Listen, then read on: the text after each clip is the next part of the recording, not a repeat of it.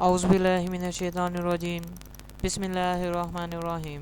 अस्सलाम प्यारे बच्चों, उम्मीद है बेटा आप सब खैरियत से होंगे और हमारे इस खूबसूरत से सफ़र के 10वें लेक्चर के नेक्स्ट पार्ट में आपका दिल की गहराइयों से खुशामदीद है। बेटा हम एमसीक्यू से डिस्कस कर रहे हैं। प्रीवियस लेक्चर में हमने कुछ एमसीक्यू से डिस्कस किए थे, अब फर्दर उसी से आगे कंटिन्यू करेंगे हमारे आज के एमसीक्यू से।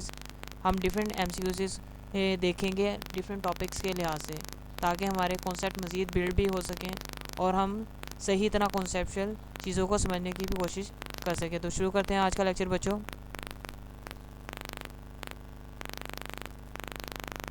फर्स्ट एमसीक्यू आपके पास है, we include header files in our program by writing the include statements. हम इंक्लूड स्टेटमेंट को इस्तेमाल करते हुए हेडर फाइल्स अपने प्रोग्राम में इंक्लूड तो कर लेते हैं। एट ऑफ प्रोग्राम के किस हिस्से में, टॉप साइड पर, मिडिल साइड पर, एंड पर या फिर सेक्शन पर। तो बच्चे आप हेडर फाइल्स ऑब्वियस है टॉप साइड पर ऐड करते हो, ठीक है। मतलब कि पहले आप हेडर फाइल्स लिखते हो, फिर आप मेन फंक्शन लिखते हो, फिर बॉडी लिखते हो। तो इसका आंसर फिर क्या होगा आपके पास ए, ठीक है। नेक्स्ट एमसीक्यू देखिएगा, which header file includes file that contain information related to input and output functions. कि वो कौन सी आपके पास हेडर फाइल है जिसमें इनपुट फंक्शन और आउटपुट फंक्शन की डेफिनेशन मौजूद होती है। मतलब कि अगर आप वो हेडर फाइल इंक्लूड ना करो तो आपका जो प्रिंट फंक्शन या जो सा आउटपुट या इनपुट के लिए जो भी फंक्शन यूज़ करते हो वो काम नहीं करेगा। ऑप्शंस उन्होंने आपको दी हुई हैं, math dot H, stdio.h, string.h या c.h। तो बच्चे आपके पास वो हेडर फाइल जिसके अंदर इनपुट आउटपुट की डेफिनेशन मौजूद होती है वो आपके पास है हेडर फाइल ये stdio.h की, ठीक है। stdio.h की हेडर फाइल के अंदर आपके पास इनपुट आउटपुट फंक्शन की डेफिनेशन मौजूद होती है। अगर आप stdio.h हेडर फाइल नहीं इंक्लूड करते प्रोग्राम के अंदर तो आपके इनपुट और आउटपुट के लिए जो फंक्शन यूज़ करोगे वो काम नहीं करेंगे, क्योंकि कंपाइलर कहेगा मुझे तो पता ही नहीं होता क्या, ठीक है। तो इसलिए ये इनपुट आउटपुट फंक्शन के लिए ये हेडर फाइल इंक्लूड करना प्रोग्राम के लिए ज़रूरी है। नेक्स्ट एमसीक्यू देखिएगा बच्चे, header files is started from dash sample. कि हेडर फाइल्स किस अलामत से शुरू होती है या वो आपने बताने। नीचे उन्होंने आपको 4 ऑप्शन दिए हुए हैं, हैश के सैम्बल से, डॉलर के सैम्बल से, इंग्रेडिएंट सैम्बल से या फिर इक्वल के सैम्बल से। तो बच्चे जो हेडर फाइल्स शुरू होती हैं वो आपके पास होती हैं हैश सैम्बल से स्टार्ट, ठीक है।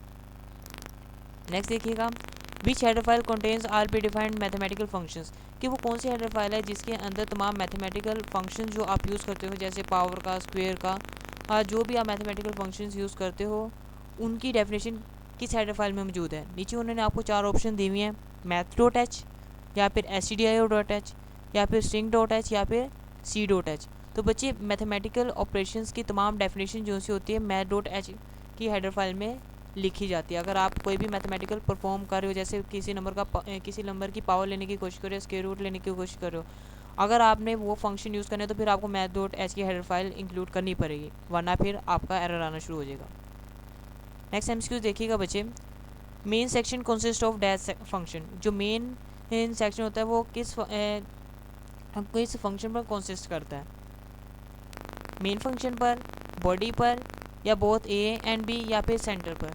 तो बच्चे जो मेन सेक्शन जो सा होता है, एक तो होता है मेन फंक्शन, मेन सेक्शन जो सा होता है मेन सेक्शन मेन फंक्शन पर डिपेंड करता है और बॉडी पर।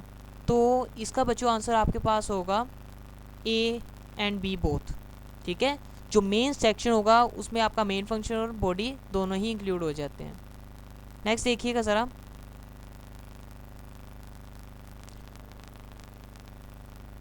अब देखिएगा, what is the starting point of the execution of the program. के किसी भी प्रोग्राम का जो स्टार्टिंग पॉइंट होता है वो कौन सा होता है, मेन फंक्शन होता है, बॉडी होता है, एंड होता है या फिर सेंटर। तो बच्चे किसी भी फंक्शन का जो एग्जीक्यूशन का स्टार्टिंग पॉइंट वो आपके पास होता है ए। अभी देखिएगा उन्होंने यहाँ पर नोट किया, what is which is the starting point of the execution of the program. Execute तो मेन फंक्शन से होता है, उससे पहले बेशक हेडर फाइल्स लिखी जाती हैं, हेडर फाइल्स इंक्लूड की जाती हैं जो आप आगे जो आप प्रोग्राम लिख रहे होते हैं जो उसमें शामिल की जाती हैं। असल में बेसिकली जो प्रोग्राम की एग्जीक्यूशन स्टार्ट होती है वो मेन फंक्शन से ही होती है, ना कि हेडर फाइल से, ठीक है। हेडर फाइल्स तो असल में वो लाइब्रेरीज होती हैं जिसके अंदर तमाम डेफिनेशन लिखी हुई होती है, जिन डेफिनेशंस को आप आगे प्रोग्राम में यूज़ करते हो। तो प्रोग्राम असल में मेन फंक्शन से ही शुरू होता है, ठीक है। तो इसका स्टार्टिंग पॉइंट आपके पास मेन फंक्शन होता है।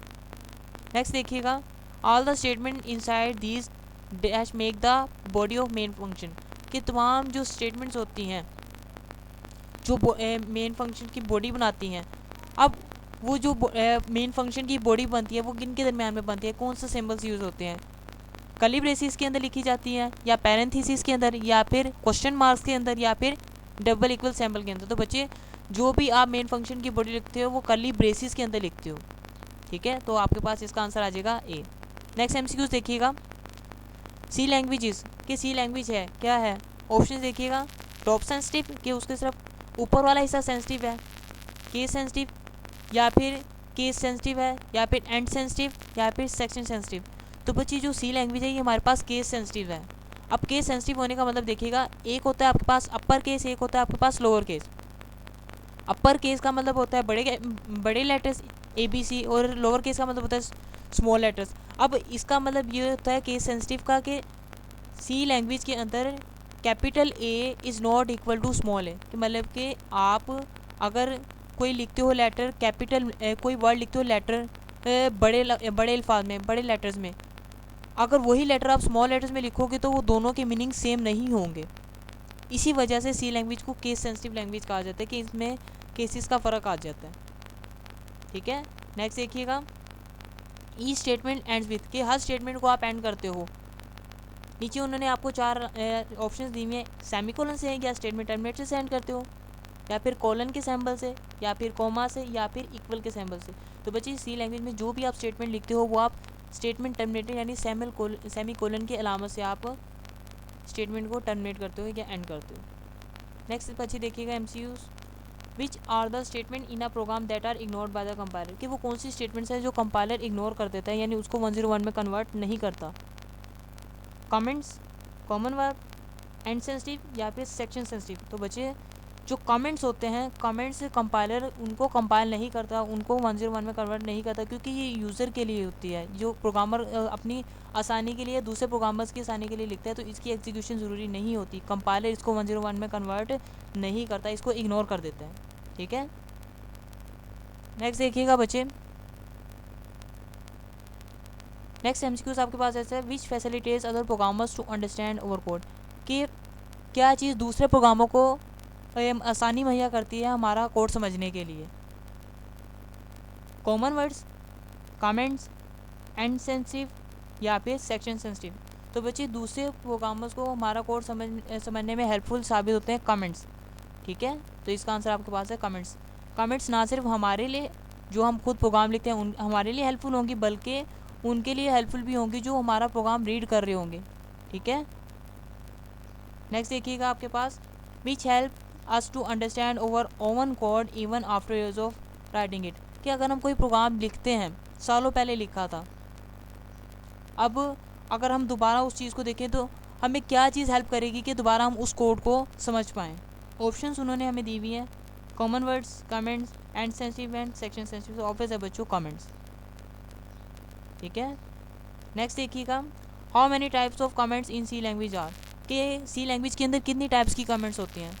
तो बेसिकली बच्चों जो कमेंट्स होते हैं सी के अंदर 2 तरह की होती हैं, एक होती है आपके पास सिंगल लाइन कमेंट, एक होती है मल्टीपल लाइन कमेंट्स। तो इसका आंसर आपके पास आ जाएगा 2।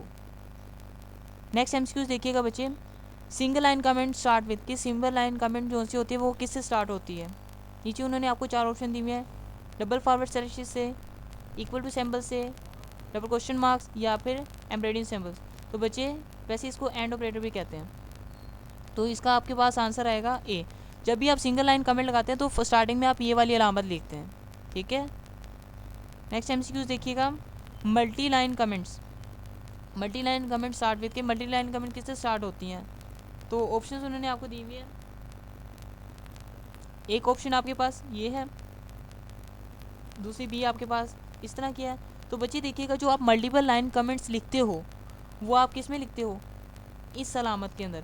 पहला फॉरवर्ड स्लैश लिखाते हो, फिर स्टैरिक का सिंबल, फिर बीच में लिखते हो आप कंटेंट, जैसे यहाँ पर एंड एट लिखा हुआ है, फिर आप उसके लास्ट में क्या करते हो, स्टैरिक लगाकर फिर फॉरवर्ड स्लैश लगा देते हो, ठीक है। तो ये वाली अलामतें यूज़ होती हैं मल्टीपल लाइन कमेंट्स के लिए। तो इसका आंसर आपके पास क्या आ जाएगा, डी, ठीक है। नेक्स्ट देखिएगा, अब नेक्स्ट बच्चों आपके पास आ जाता है, these are the values without a decimal point कि वो वैल्यूज़ जो डेसिमल पॉइंट के बगैर होती हैं, यानी जिसमें शारी वाला हिस्सा नहीं होता, वो कौन सी होती हैं? Integer constants, string constants, character constants या फिर सिंगल कॉन्स्टेंट्स। तो बच्चे जो इंटीजर कॉन्स्टेंट्स होती हैं उनके अंदर डेसिमल पॉइंट मौजूद नहीं होता, तो आपका आंसर क्या आ जाता है? ए। नेक्स्ट एमसीक्यूज देखिएगा, if the values is not proceeded by a sign it is considered at, कि अगर वैल्यू के साथ कोई अलामत ना लिखी हो, कोई साइन ना हो, तो उसे क्या कंसीडर किया जाता है? नेगेटिव, पॉजिटिव, मॉड्यूल या फिर सिंगल कॉन्स्टेंट। तो बच्चे वो नंबर जिसके साथ कोई साइन ना हो तो वो कंसीडर क्या होता है? पॉजिटिव। ठीक है, उसे आप पॉजिटिव नंबर कंसीडर करते हो। नेक्स्ट देखिएगा, these are the values including a decimal point, कि वो वैल्यू जिसमें डेसिमल पॉइंट मौजूद होता है, इशारे वाला हिस्सा मौजूद होता है, उनको आप क्या कहते हो? ऑप्शन देखिएगा, real constants, string constants, character constants या फिर सिंगल कॉन्स्टेंट। तो बच्चे वो वैल्यूज़ आपके पास कहलाती हैं रियल कॉन्स्टेंट्स, यानी इनको आप फ्लोटिंग पॉइंट कॉन्स्टेंट भी कह सकते हो, क्योंकि इसमें इशारे इंक्लूड होते हैं, इशारे वाला सेक्शन इंक्लूड हो जाता है। ठीक है, नेक्स्ट एमसीक्यू देखिएगा, any single small case letter, upper case letter, digit, punctuation marks, special symbols enclose within single quotation या एपोस्ट्रोफिस इज कंसीडर्ड एट, कि उसे कंसीडर किया जाता है कि अगर आप कैपिटल लेटर्स को, स्मॉल लेटर्स को, नंबर्स को, पंक्चुएशन की रमूज़ औकाफ या पंक्चुएशन की अलामात को या फिर स्पेशल कैरेक्टर्स को सिंगल कोटेशंस के अंदर बंद करके लिखते हो, तो उन्हें आप कंसीडर कर सकते हो, क्या कह सकते हो उन्हें? Integer constants, string constants, character constants या फिर सिंगल कॉन्स्टेंट्स। तो बच्चे इसका आपके पास आंसर आ जाता है कैरेक्टर कॉन्स्टेंट्स। ठीक है, कैरेक्टर कॉन्स्टेंट को आप सिंगल कोटेशंस के अंदर बंद कर लिखते हो। अब उससे फ़र्क नहीं पड़ता वो डिजिट हो, लेटर्स हों या स्पेशल सिंबल्स हों, अगर आपने सिंगल कोटेशंस के अंदर बंद करके लिखा तो आपके पास कैरेक्टर कॉन्स्टेंट बन जाते हैं। नेक्स्ट एमसीक्यूज बच्चे देखिएगा, how many bytes of memory is use by integer data type, कि जो इंटीजर टाइप के डाटा होता है मेमोरी के अंदर कितने बाइट की जगह लेता है? नीचे उन्होंने ऑप्शन दी हुई है 1, 2, 3 या फिर 4। तो बच्ची इसका आंसर आपके पास आता है 4 बाइट। अच्छा, ये 4 बाइट सिस्टम के लिहाज से, अगर आपका जो सिस्टम है 64 बिट का है, तो वो अगर आप इंट टाइप का कोई भी डाटा लोगे तो वो 4 बाइट की जगह, लेकिन अगर वो 64 बाइट का नहीं है, जैसे 16 या 16 का हो जाए, तो फिर वो मेमोरी में 2 बाइट की जगह लेगा। ठीक है, इस सिस्टम पर डिपेंड होता है। ओके, तो बच्चों आज ही इसी के साथ हमारा आज का लेक्चर भी यहाँ पर कंप्लीट होता है। आई होप आपको बहुत कुछ सीखने के लिए मिला होगा। और बच्चों इस एमसीक्यूज़ को, अगर आप ये एमसीक्यूज़ लेना चाहते हो तो पीडीएफ फॉर्म में यहाँ पर डिस्क्रिप्शन में लिंक मिलेगा, वहाँ से आप कॉपी कर सकते हैं। और बच्चों काइंडली सीखते रहें और नई नई चीज़ों को अपने अंदर इम्प्रूव करें। तो इसी के साथ हम इजाज़त चाहेंगे। काइंडली बच्चों subscribe, like and share this lecture and always smiling. अल्लाह हाफिज़ बच्चों, हंसते रहे, मुस्कुराते रहे, दुआ में याद रखिएगा।